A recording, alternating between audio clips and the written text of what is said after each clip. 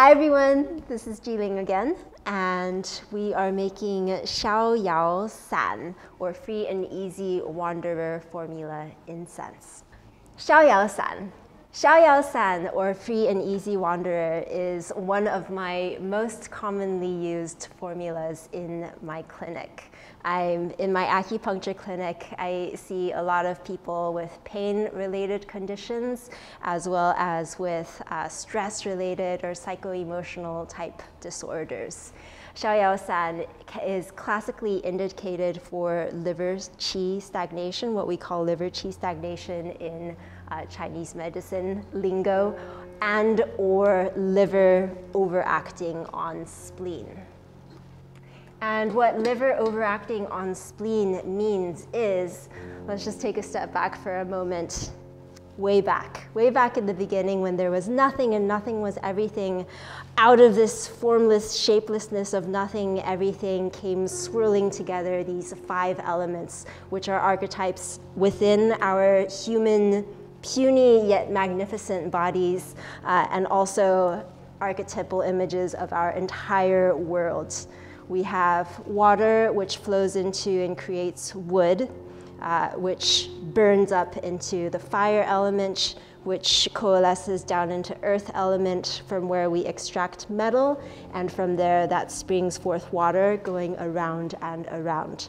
So the 2 primary elements that this formula, Xiao Yao San, addresses are the wood element, which is liver and gallbladder meridian lines, and the earth element, or the spleen and stomach meridian lines. So liver overacting on spleen, taking us back to that again, means that the wood springtime energy of liver, during springtime you can imagine everything in the earth rising up to greet the sunshine and rising up to greet new life. Flowers are popping up out of the earth, the sap is running, and just everything is happening all at once. There is so much energy. And how that manifests within our bodies is we've got all this energy rising up within our bodies, and if the energy cannot express itself, then that leads to stagnation, or what we term as, in this case, liver qi stagnation. So this formula can be very helpful in helping to move along the qi, or to shu gan, which means to smooth the liver. So if the liver qi, if this qi energy becomes bumpy or stagnated, it can manifest as stress or headaches or tight muscles or discomfort. Or if the liver is overacting on the spleen, it can manifest as belly aches or digestive disturbances or flatulence or just really unhappy belly energy. So I just put in about 1 cup of water in here, and we'll just heat that up and create a decoction with some ginger root. So with the ginger, you can put in about a tablespoon into your cup. This formula will make about 50 incense sticks. Originally, I had a much larger formula, but after rolling and rolling and rolling these tiny little 2-inch sticks, you'll get tired. So either put in 1 tablespoon of ginger, Zingiber officinalis, or you could just put in a pinchful. I usually throw in the ginger while the water is still heating up. It being a decoction, we're cooking the plant material with the water at the same time. And we'll let that simmer for about 5 to 10 minutes. And at the end of it, I'll throw in some peppermint.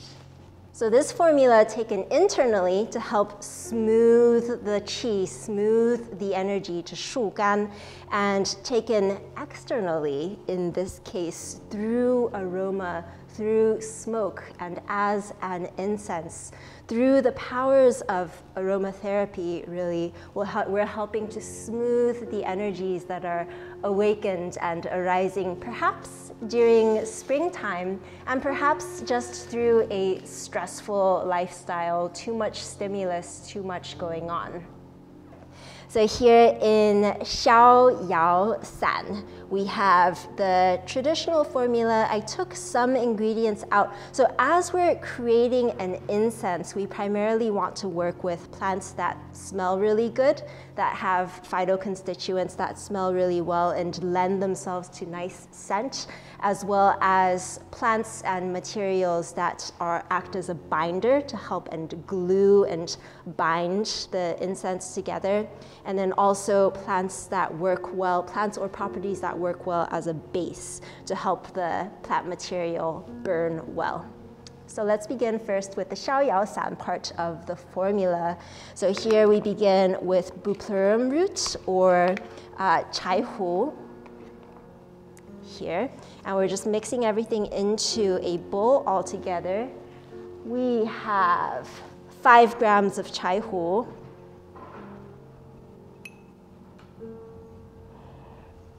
And chai hu is what's known as the king herb in the Xiao Yao San formula, meaning the plant that we have the most of in the formula.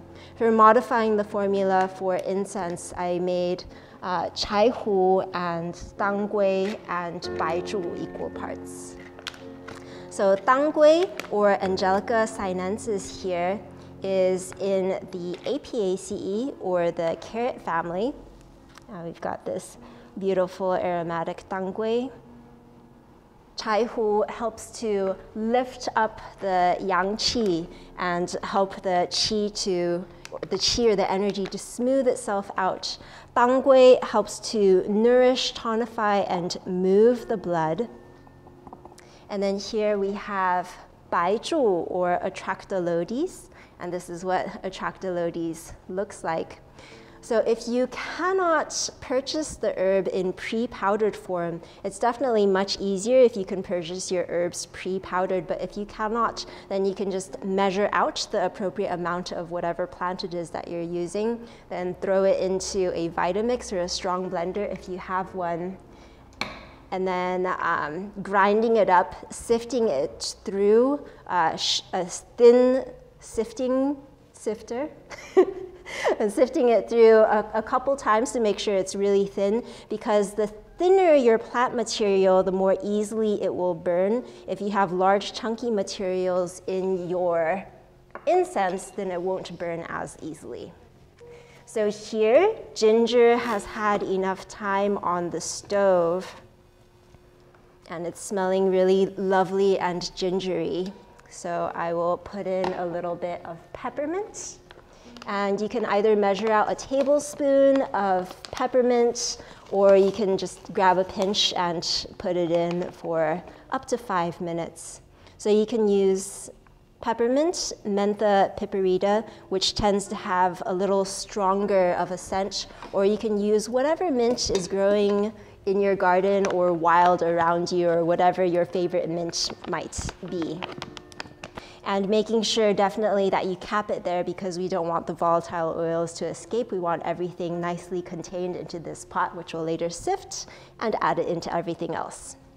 So back to here, we've got next Bai Shao, or Paeonia lactiflora, or white peony root. And this is what the white peony root looks like. There's many different ways to cut it, and this particular way I think looks like a really gorgeous shell. Pouring that in. A bit of licorice root powder, Glycyrrhiza glabra. The combination of licorice, ginger, and tactile, or jujube date, is oftentimes used together in many different Chinese formulas. So here we've got the licorice, which acts as a binding agent. It's a bit sticky, but licorice is also sweet and lovely and can be known as the great harmonizer, meaning that it helps to bring together disparate herbs and disparate properties in a very elegant fashion. So we've got that in here. And then here we have mako, or Machalis thunbergii in the Lauraceae family, the bark of the Machalis tree, also known as mako. Quite a bit of this in this formula, 16 grams. So actually the king herb in our xiang, or incense formula here, because mako acts as both a binder and a base, in that it becomes really sticky when you add a bit of water in, so it helps to weave everybody together, and it creates a nice base in that when it dries, it burns really lovely, and mako also lends a nice bit of aroma to the formula. And then here we have charcoal, which will turn this entire bowl black. So here with the charcoal, it helps with mako as creating a nice base. And I am by no means a master incense maker, so I'm cheating a little bit by putting the charcoal in, which I encourage you to do so as well, just because it makes the formula much easier to work with. So here now we have our bowl of everybody all together. Okay, so we're mixing everybody all together.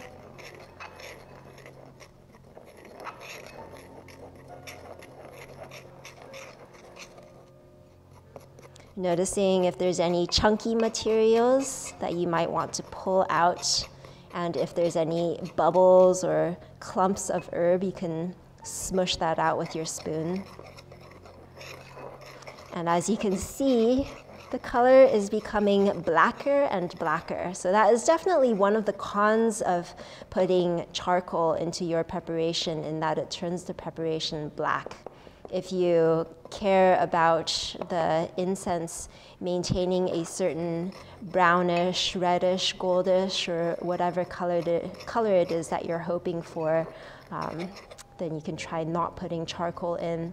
And certainly whatever plants you cannot find, for example, mako can be a little bit on the expensive side or a little bit difficult to find, then you can also substitute with other herbs. For example, marshmallow root is also nice and sticky.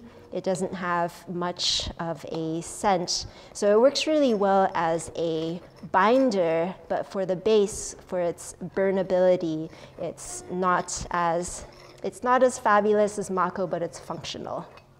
And then once that is complete, I will slowly mix in the decoction that I just created with ginger and peppermint, or your mint of choice.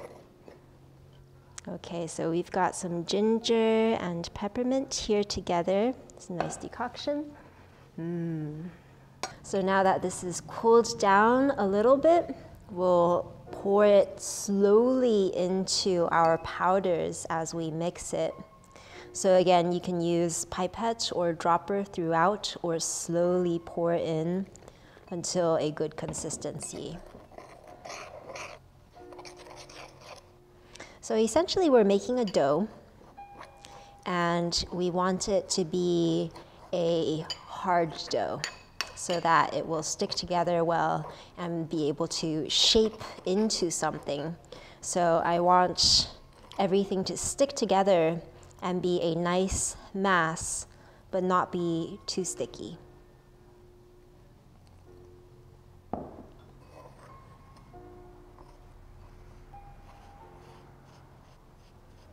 So here we're starting to see the formula make little balls. So I'm going to slow things down, and instead of pouring, I'm going to use my pipette, or you can use your dropper, and start putting the liquid in a little bit more slowly, so I have a little bit more control of the situation. With Xiao Yao San.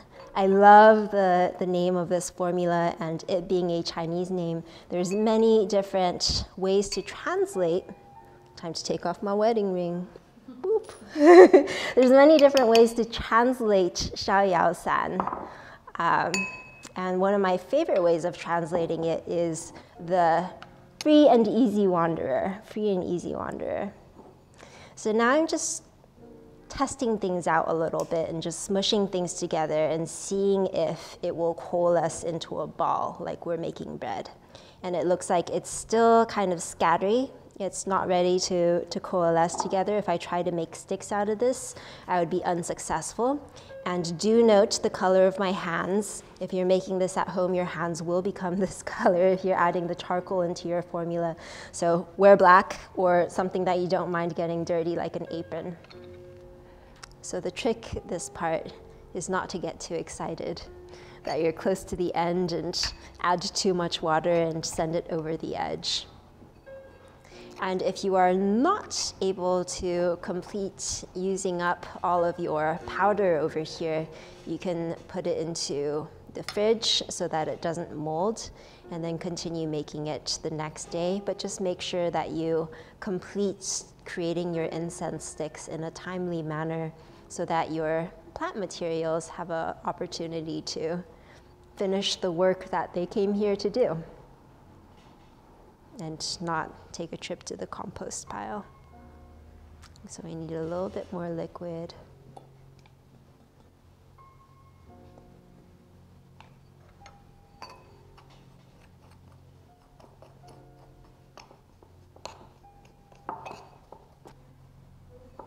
The nice thing about incense is that it can be helpful for quickly transforming a space.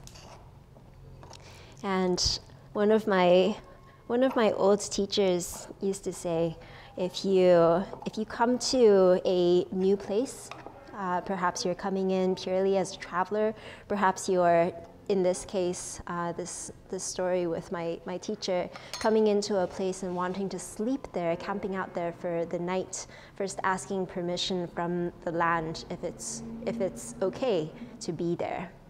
And one of the ways that you can petition or converse with the spirits of the land is by creating a little bit of light, so lighting up a little bit of fire, and creating a little bit of scent. So you can do that with incense by burning aromatic plants themselves, or by creating incense sticks and burning incense sticks. And creating a little bit of sound. So maybe you have a little bell, or maybe you sing a song which is pleasing to the land itself, or to the spirits of the land.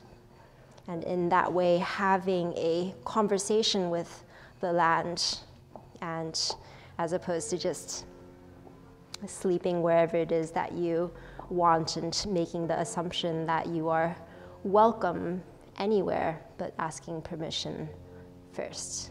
And so in creating incense and working with our hands and making our hands black and sooty in this way, we're having a nice conversation with the plant material in a super tactile fashion, but we are also creating opportunities for further dialoguing with the world itself and the world beyond the world, which is visible. So now I'm just testing and playing with this ball of clay and seeing how it coalesces together and if it's able to stay together in a good way, and it's looking pretty good. Looks like we're coming to the end of our mixing process over here. And we'll start off with a little bit of hand rolling just as a demonstration. So just a tiny bit like a marble, and then rubbing it together with your hands to create a little snake. And keeping your liquid handy because you might need that in a little bit. So if your preparation starts to get a little bit dry, or if you realize that actually I did not put in enough liquid, this thing is not sticking together, then you can add a little bit more liquid. Looks like a little coyote scat.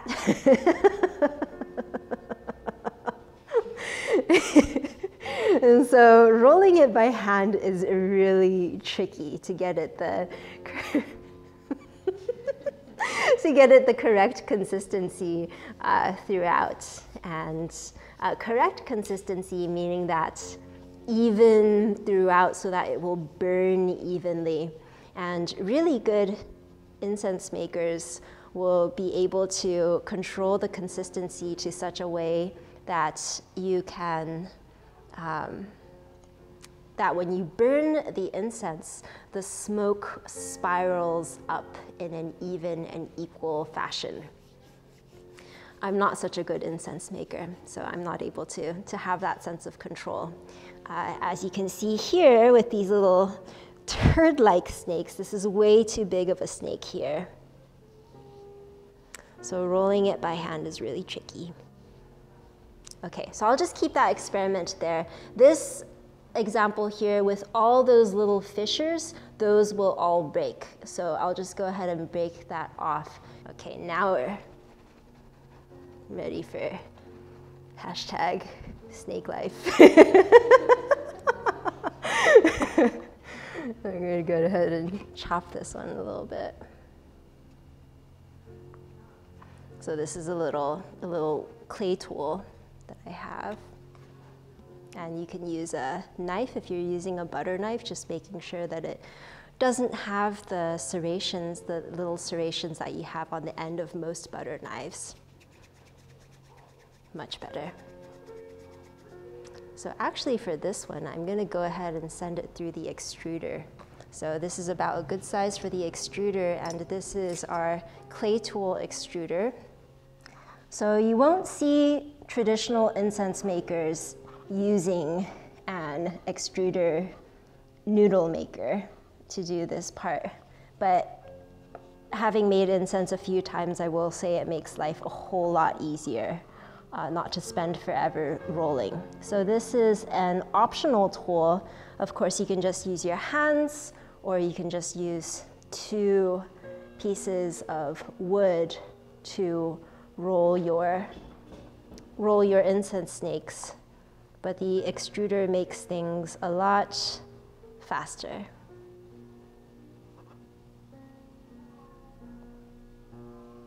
And then you can either eyeball how long you want your snakes to be, or you can use a ruler. So I usually do a combination of eyeballing and ruler. I like them to be around 2 inches long. You don't need the incense to be that long because the smell is quite strong, and only 2 inches can accomplish your desired purposes quite well. Desired purposes being to bring a bit of levity, a little bit of scent, a little bit of something sacred and beautiful, while simultaneously being relaxing and uplifting into your world. This particular incense formula can also be helpful in clearing out stuck energy. So if you just had a difficult conversation, or something challenging just happened, or if, like in my case, I work with all kinds of different people, sometimes challenging people or challenging experiences, it can be helpful to burn a little bit of this incense or other incenses after such circumstances. So now I've got these different layers that I just extruded all lined up with my roller as a measure. And I'll just cut off the ends just to make that nice and clean on the end.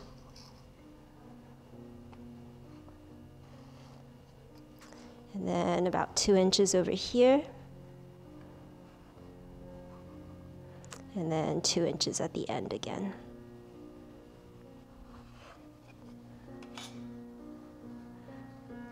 Throw the ends back into the main, and then we'll take one at a time and roll it out a little bit. So right now, just coming fresh out of the extruder, it's pretty rough. So I'm just applying very light pressure just to smooth out the edges of that. And that is a pretty good looking incense.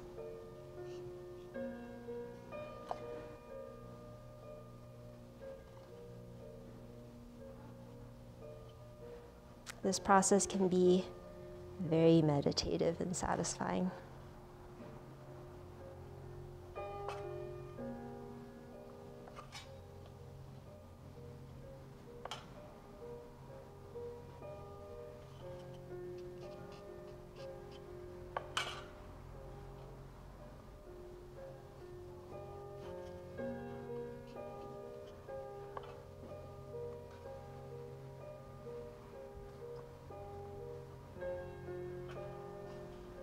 And then if you see little divots within the incense, that's an indication that it may or may not stay together. And if it seems like it won't stay together, then you can always just roll it up and put it back into the main mix. And if your main mix gets dry, then just add in either a little bit more water or a little bit more decoction. Rehydrate to the correct consistency in which it's not too wet and sticky, not too dry and flaky, but just right in the middle. And make more incense again. So here with our first incense snake that filled up the extruder, we created 2, 4, 6, 8, 10 little snakes, or 10 little pieces of incense. And you can now place these completed pieces onto whatever it is that you will be drying it on. So we're lining up the incense so that they help to keep each other straight. And ideally putting it in something which is breathable so that it can dry evenly. So the Tupperware box container is not exactly ideal, but functional. And actually it's pretty handy that I could just put it right in.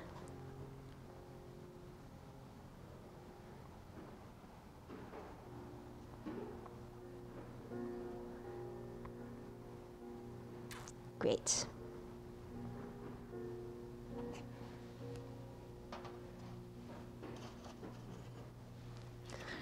So with this part of the process, essentially I just keep on making and lining up snakes. Rolling it out so it's even and thin and can fit into the extruder nicely. And then if there's stuck bits on the end of the extruder, just putting that right back into the mix.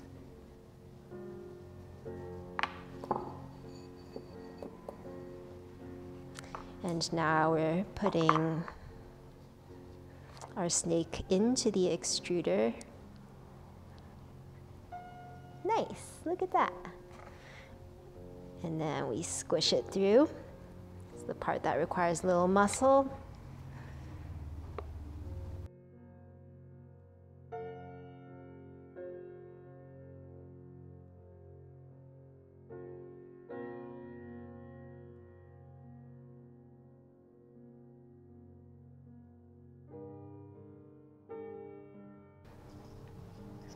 Line it up against the ruler, and this time I'll have the whole thing at about 6-inch lengths.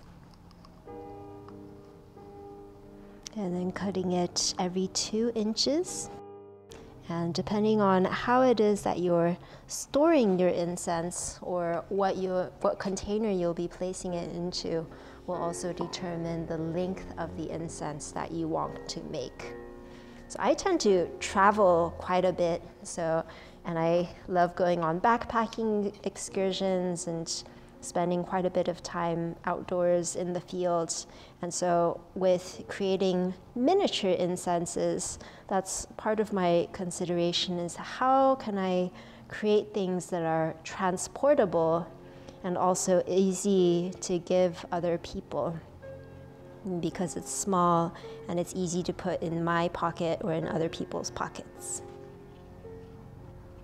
So with these little 2-inch incenses, they fit pretty well into a large matchbox, which I'll show you later.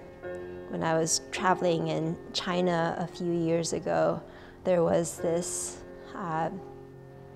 Buddhist vegan buffet. And with the Buddhist vegan buffet, they also made and sold, the monks and nuns made and sold their own incenses that came in these little boxes. And since coming back to the US, I've continued to repurpose those boxes, putting other incenses inside. So some incense that has been given to me, some incense that came from those monks and nuns, and some incense that I've made.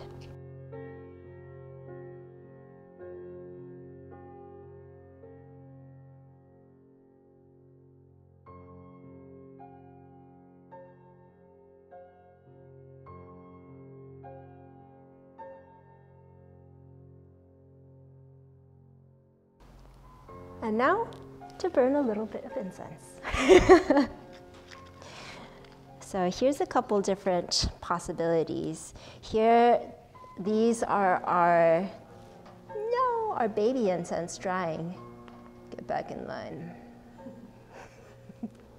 Okay, good. There you go. So baby incense drying with the freshly dried incense as of a few weeks ago. So what you dry is pretty much what you get. The ones that I made a few weeks ago, you can see they warped a little bit, so it's not perfectly straight, but it's straight enough where they can sit inside of their tin really well. So this will function as a storage tin in that everybody can sit in there and live really happily all together. It can also go into a paper box, or I don't really like to put them into plastic just because plastic has a little bit of a smell, so metal, glass, or paper.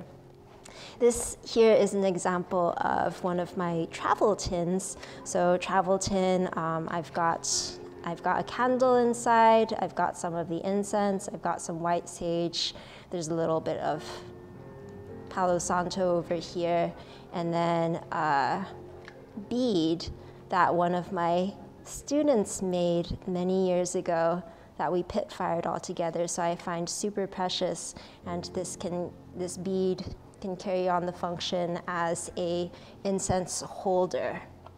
Over here we have some different examples of incense holders. So here is a ceramic incense holder. Here's a stone that I picked up from the Oregon coast. Here's a bamboo incense holder that we could just put a little piece in right there. And then here is another example of clay or ceramic made by a, I think, 7-year-old student.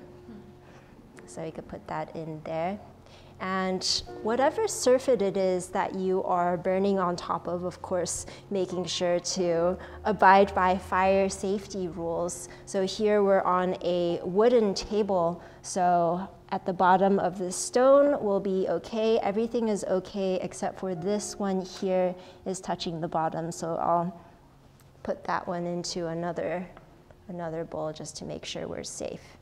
So you can also burn your incense in sand or in soil, on stone, on seashells. You can place it into rice. You can put it on soot, many different ways of burning it. And let's burn a little bit of incense.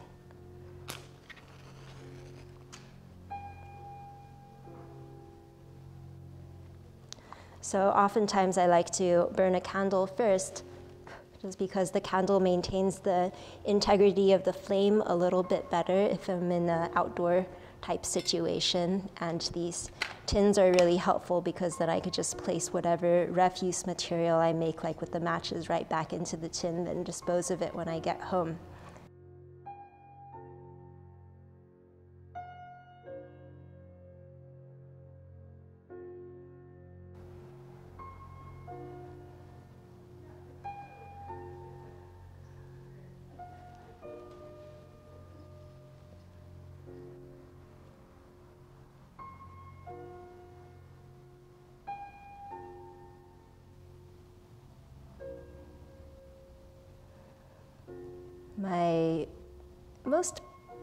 I have many poignant memories relating to burning incense. I remember for Chinese New Year, which is one of the biggest New Years in my culture, standing outside of the house that I grew up in with my parents and lighting incense. And this is something that we would do every year and whenever we go to pray at the temple.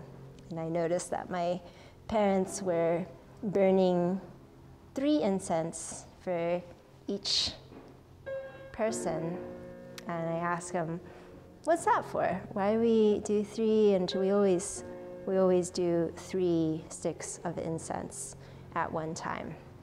And you hold the 3 incenses together in your hands and you bow, bow, bow, and then place it into whatever holder it is to go into. And so they explain that the one is for the earth, and one is for the sky, and one is for the people. And so when I asked my grandparents about that, they said, yeah, they got it right. So one for the sky, one for the earth, and then one for the people. And then one over here in extra, we can say that's for the great mysterious bond that binds us all together. So here's another example of my travel box, and this box is the one that usually comes with me when I go on all kinds of outdoor adventures. This is the box that originally came from the monks and nuns at that vegan Buddhist restaurant in buffet, no less, buffet restaurant in China, that the paper was starting to fall apart, so I covered it with plant prints that I had made. So inside you can see all this rainbow of different incenses that I have, and this bamboo incense holder is what lives on the side over here, and you can easily make something like this at home with some light, strong paper that you have, and bind it together and decorate it on your own in whatever way. And another way that I often like to travel is with a tin such as this, but this is a little bit more lightweight, and usually I prefer to bring the lighter instead of the matches because they can hold up to wind a little bit better than the matches. And then here's an example of a gift. So a little bit of origami that I folded together in an envelope, and inside lives some of our incense snake friends, which is something that I lovingly crafted with plant magic and heart magic, and comes together into something which, pardon the paw, something which can be graciously presented with hands that are not black in this way, but graciously presented as something which comes from me and all those who walk with me, the lands and my people, and all the stories that come from the land and the people. All right, I think that's that.